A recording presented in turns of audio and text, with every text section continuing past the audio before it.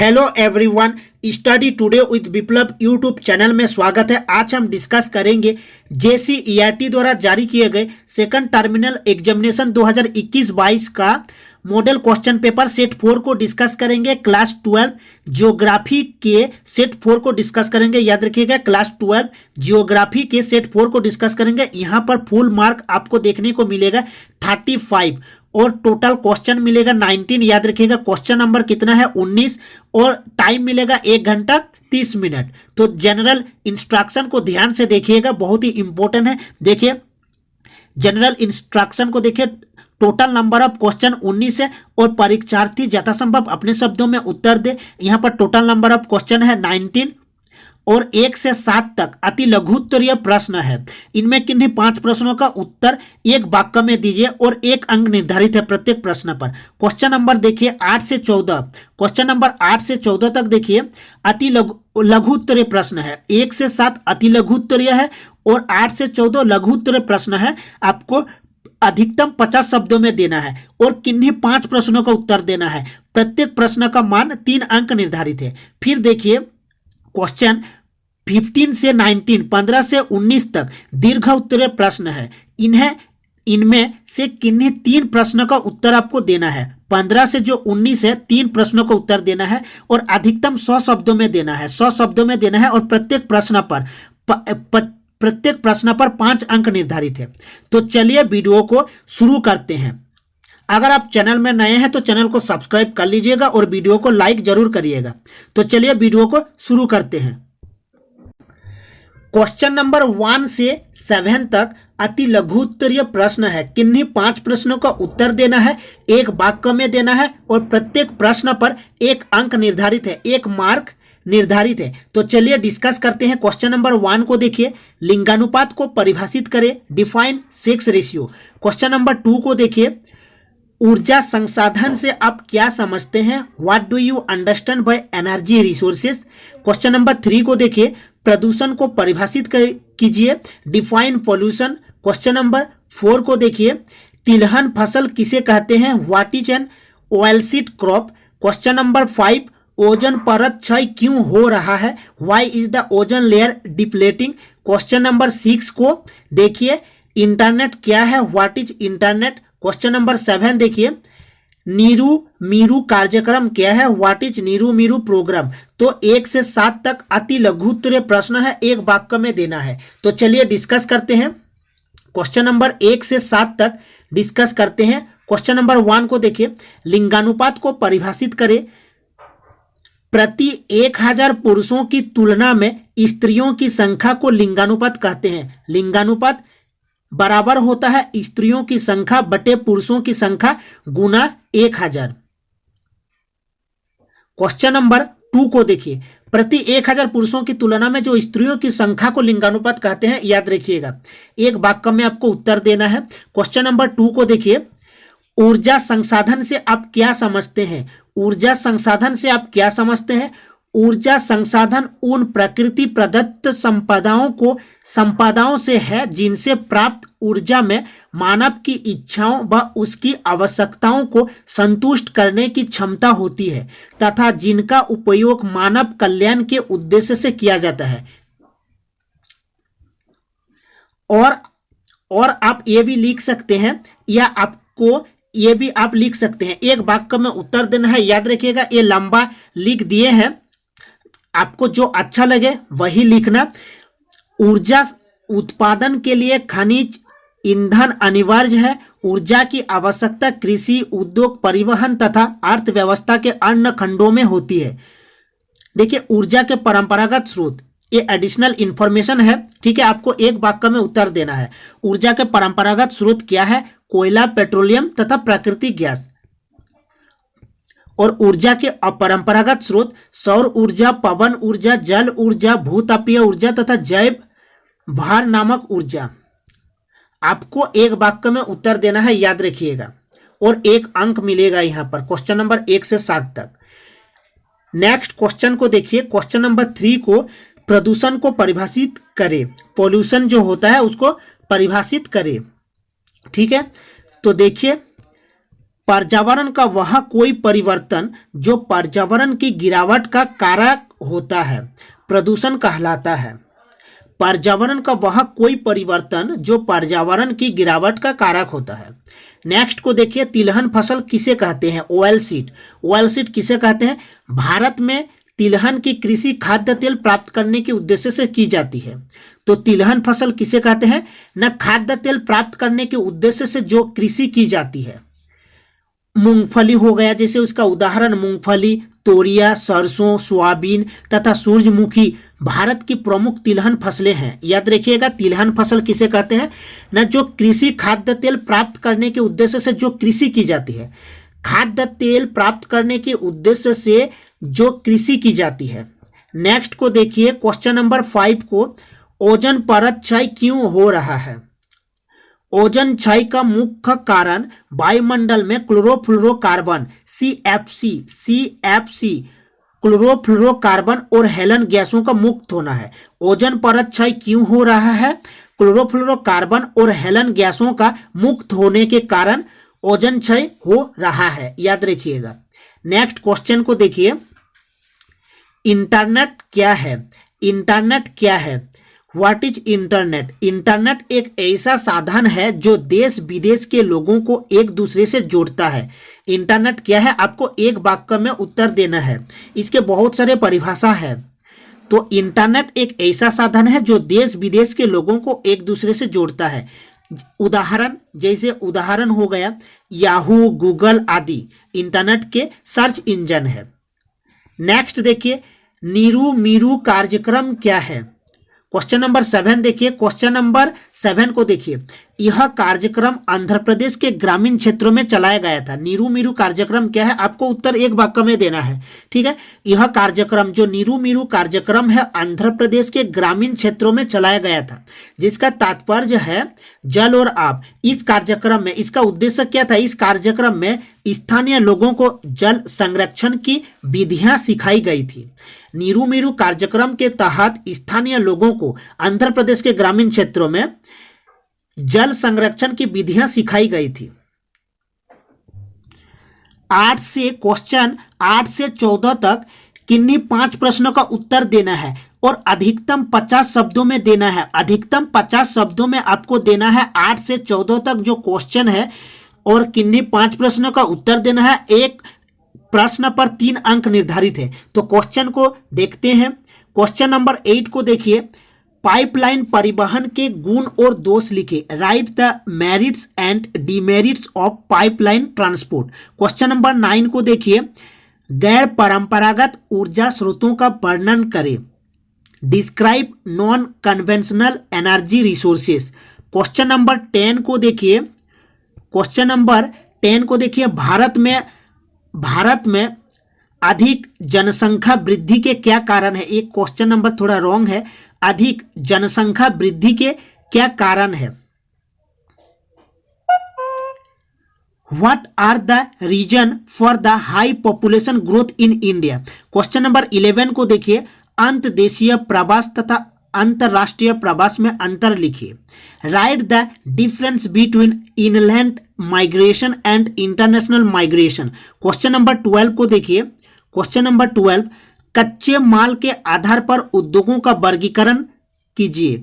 Classify industry on the basis of raw material. जो कच्चे माल के आधार पर उद्योगों का वर्गीकरण कीजिए। क्वेश्चन नंबर 13 को देखिए, लौह एवं अलौह खनिज में उदाहरण के साथ अंतर स्पष्ट करें। Explain the difference between furious and non furious mineral with examples.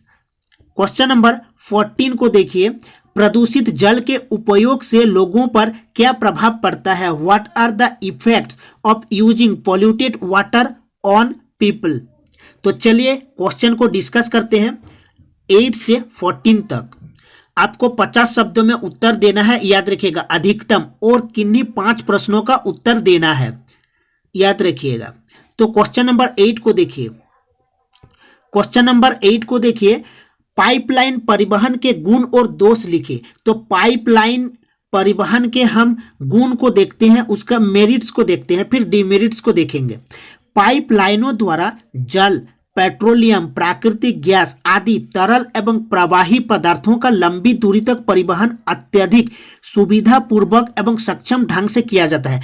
Pipeline में जो तरल होता है एवं प्रवाही जो प्रवाह हो सके पदार्थों का लंबी दूरी तक परिवहन अत्यधिक सुविधापूर्वक एवं सक्षम ढंग से किया जाता है। ये इसका गुण है, ठीक है, उसका मेरिट्स है। और डिमेरिट्स क्या है पाइपलाइन का? देखिए, पाइपलाइन परिवहन की हानि, पाइपलाइन द्वारा केवल द्रव्य मतलब जो लिक्विड होता है, द्रव्य जो लिक्विड होता है, जो जलीय होता है, ठीक है, द्रव्य पदार्थों का निर्धारित स्थानों तक ही परिवहन किया जाता है, जो पहले से ही निर्धारित किया जाता है, ठीक है, स्थानों तक ही परिवहन किया जा सकता है।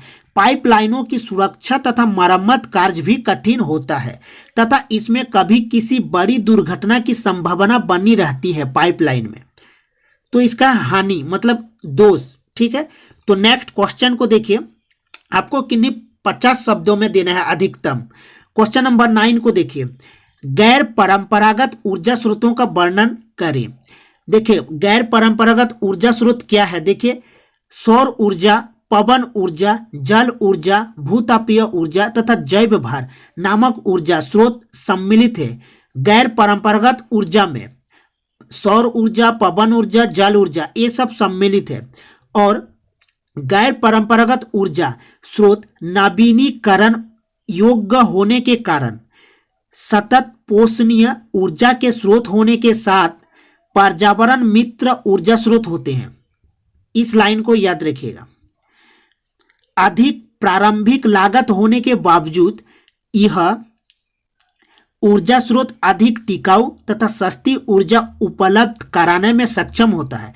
गैर परंपरागत ऊर्जा के उदाहरण को याद रखिएगा, जैसे सौर ऊर्जा हो गया, पवन ऊर्जा हो गया, जल ऊर्जा, भूतापीय ऊर्जा। नेक्स्ट क्वेश्चन को देखिए, भारत में अधिक जनसंख्या वृद्धि के क्या कारण है? क्वेश्चन नंबर 10 को देखिए, भारत में अधिक जनसंख्या वृद्धि के क्या कारण है? किसी क्षेत्र विशेष में किसी दिए गए समय में, किसी क्षेत्र विशेष में किसी दिए गए समय में जनसंख्या के आकार में परिवर्तन को जनसंख्या वृद्धि कहा जाता है। जैसे 10 साल में, जैसे 10 साल में कितनी जनसंख्या वृद्धि हुई, ठीक है।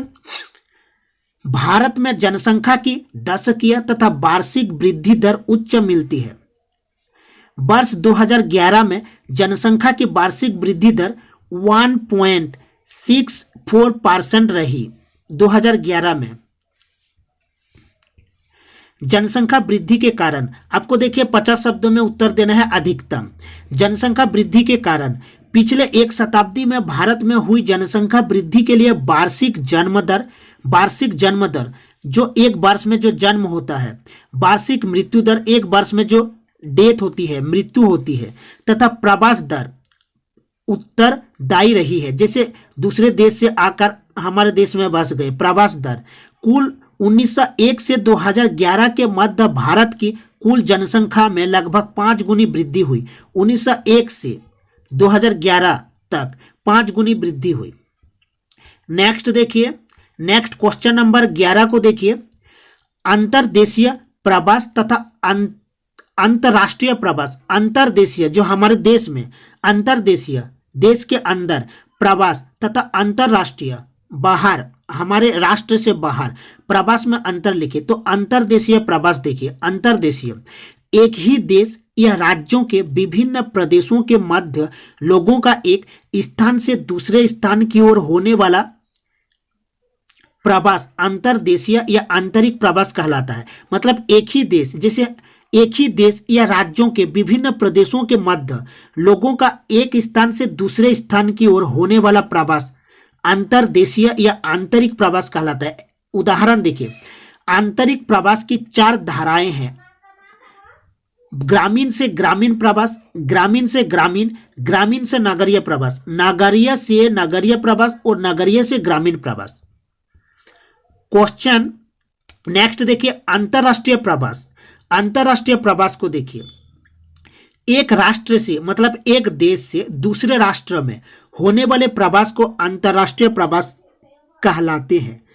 जनगणना 2011 के अनुसार भारत में विश्व के विभिन्न देशों से 50 लाख व्यक्तियों का अप्रवास हुआ है।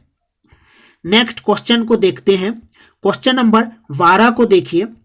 कच्चे माल के आधार पर उद्योगों का वर्गीकरण कीजिए। कच्चे माल, रॉ मटेरियल के आधार पर, कच्चे माल के आधार पर उद्योगों के निम्नलिखित 5 वर्ग होते हैं। 5 वर्ग होते हैं। कृषि पर आधारित उद्योग हो गया, कृषि पर आधारित उद्योग, ठीक है। ये थोड़ा लॉन्ग है लेकिन आपको 50 शब्दों में उत्तर देना है अधिकतम, ठीक है। कृषि पर आधारित उद्योग आप लिख सकते हैं, फिर 2 को लिख सकते हैं खनिजों पर आधारित उद्योग, फिर लिख सकते हैं वनों पर आधारित उद्योग, फिर 4 लिख सकते हैं पशुओं पर आधारित उद्योग, फिर 5 लिख सकते हैं उद्योगों द्वारा निर्मित कच्चे माल पर आधारित उद्योग। लेकिन हम डिस्कस भी कर लेते हैं। कृषि पर आधारित उद्योग, सूती वस्त्र, जूट, रेशमी वस्त्र, चीनी एवं वनस्पति तेल उद्योग कृषि पर आधारित है ये उद्योग। नेक्स्ट देखिए, खनिजों पर आधारित उद्योग, वे उद्योग जो खनिजों पर आधारित होते हैं जैसे लोहा इस्पात तथा एल्यूमिनियम उद्योग। नेक्स्ट, वनों पर आधारित उद्योग, वे उद्योग जिनका कच्चा माल वनों से प्राप्त होता है। वनों पर आधारित उद्योग मतलब वे उद्योग जिनका कच्चा माल जो रॉ मटेरियल होता है वो वनों से प्राप्त होता है, जैसे कागज हो गया, लाख, रेसिन आदि। नेक्स्ट देखिए, पशुओं पर आधारित उद्योग, पशुओं से जो प्राप्त होता है जैसे डेयरी उद्योग, मिल्क प्राप्त होता है, डेयरी उद्योग जो दूध, तथा चमड़ा उद्योग, चमड़ा प्राप्त होता है पशुओं से, ऊन हो गया, ठीक है। नेक्स्ट देखिए, उद्योगों द्वारा निर्मित कच्चे माल पर आधारित उद्योग, इस वर्ग के उद्योग अन्य उद्योगों द्वारा तैयार उत्पादों को कच्चे माल के रूप में प्रयुक्त करते हैं, जैसे इंजीनियरिंग उद्योग, धातु, बर्तन निर्माण उद्योग, ये सब हो गया। नेक्स्ट देखिए, क्वेश्चन नंबर 13 को देखिए। क्वेश्चन नंबर 13 को देखिए। लौह और अलौह खनिज में उदाहरण के साथ अंतर स्पष्ट करें। लौह खनिज को पहले देख लेते हैं। वैसे धात्विक खनिज, धात्विक जिसमें धातु हो, वैसे धात्विक खनिज जो चमकीला होता है, धात्विक, ठीक है, जिसमें साउंड आती है गिराने से, तो वैसे धात्विक खनिज जिसमें लोहा होता है लौह खनिज कहलाते हैं। उदाहरण, लौह अयस्क, मैग्नीज, निकेल, कोबाल्ट आदि। मतलब जैसे मैग्नीज में लोहा होता है, निकेल में भी आयरन होता है, मतलब लोहा होता है, कोबाल्ट में भी होता है। नेक्स्ट देखिए, लौह खनिज के उत्पादन तथा संचित भंडारों की वृद्धि से भारत विश्व का एक महत्वपूर्ण देश है। नेक्स्ट देखिए, अलौह खनिज, जिन धात्विक खनिजों में लोहा नहीं होता उन्हें अलौह खनिज कहते हैं, उन्हें अलौह खनिज कहते हैं। नॉन फेरियस जो होता है, उदाहरण तांबा, बक्साइट आदि। तांबा में आयरन नहीं होता। क्वेश्चन नंबर 14 को देखिए। प्रदूषित जल के उपयोग से लोगों पर क्या प्रभाव पड़ता है। प्रदूषित जल जो पोल्यूटेड वाटर होता है उससे क्या प्रभाव पड़ता है लोगों पर। जल प्रदूषण का सर्वाधिक प्रभाव मानव पर ही पड़ता है। जो जल प्रदूषण का सर्वाधिक प्रभाव पड़ता है वो मानव पर, पशुओं पर नहीं पड़ता है। याद रखिएगा, ज्यादातर अधिक पशुओं पर भी पड़ता है लेकिन अधिक पड़ता है किस पर, मानव पर। प्रदूषित जल के कारण विभिन्न संक्रमण रोग तथा अन्य खतरनाक रोग जैसे हैजा हो गया, हैजा जल से होता है, जो प्रदूषित जल से होता है हैजा। आंतों के कृमि होता है प्रदूषित जल से। तपेदिक होता है प्रदूषित जल से। पीलिया होता है प्रदूषित जल से, और ये सब मनुष्य में ही होता है। अतिसार, मियादी बुखार, अतिसार जो होता है, मियादी बुखार, पेचिस आदि हो जाते हैं, ये मनुष्य में ही होता है प्रदूषित जल के कारण। हमारे देश में होने वाले संचारी रोगों में 25% रोग जल जनित होते हैं, मतलब जल से होता है। याद रखिएगा, 25% जो रोग होता है हमारे देश में, जो संचारी रोग होता है उनमें से 25% प्रदूषित जल से ही होता है। मानव मूल मूत्र द्वारा संदूषित मिट्टी के संसर्ग से हुक बर्म हो जाता है। खेतों से पानी के साथ बहाकर आए कीटनाशी भोजन श्रृंखला के विभिन्न माध्यमों से मानव शरीर में पहुंचते हैं जो रोग उत्पन्न करते हैं। पारायुक्त यौगिकों के मछलियों द्वारा खाने से उनके उपयोग से मानव के नेत्र तथा मस्तिष्क पर बुरा प्रभाव पड़ता है। क्वेश्चन नंबर 15 से 19 तक, क्वेश्चन नंबर 15 से 19 तक दीर्घ उत्तरीय प्रश्न है। आपको किन्हीं 3 प्रश्नों का उत्तर देना है और अधिकतम 100 शब्दों में देना है, 100 शब्दों में देना है और प्रत्येक प्रश्न पर 5 अंक निर्धारित है। याद रखिएगा किन्हीं 3 प्रश्नों का उत्तर देना है और अधिकतम 100 शब्दों में देना है। तो चलिए क्वेश्चन को देखते हैं। क्वेश्चन नंबर 15 को देखिए, चावल उत्पादन के लिए अनुकूल भौगोलिक दशाओं एवं वितरण का वर्णन करें। Describe the favourable geographical condition and distribution for rice production. Question number 16 को देखिए, वर्षा जल संग्रहण से आप क्या समझते हैं। वर्षा जल संग्रहण के विभिन्न उपायों का वर्णन करें। What do you understand by rain water harvesting. Describe the various methods of rain water harvesting.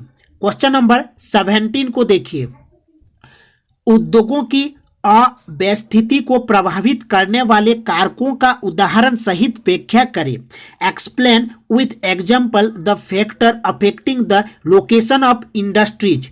Question number 18 को देखिए, भारत में नगरों के विकास के कारण उत्पन्न हुई पर्यावरणीय समस्याओं के बारे में लिखे। Write about the environmental problems that have arisen due to the development of cities in India.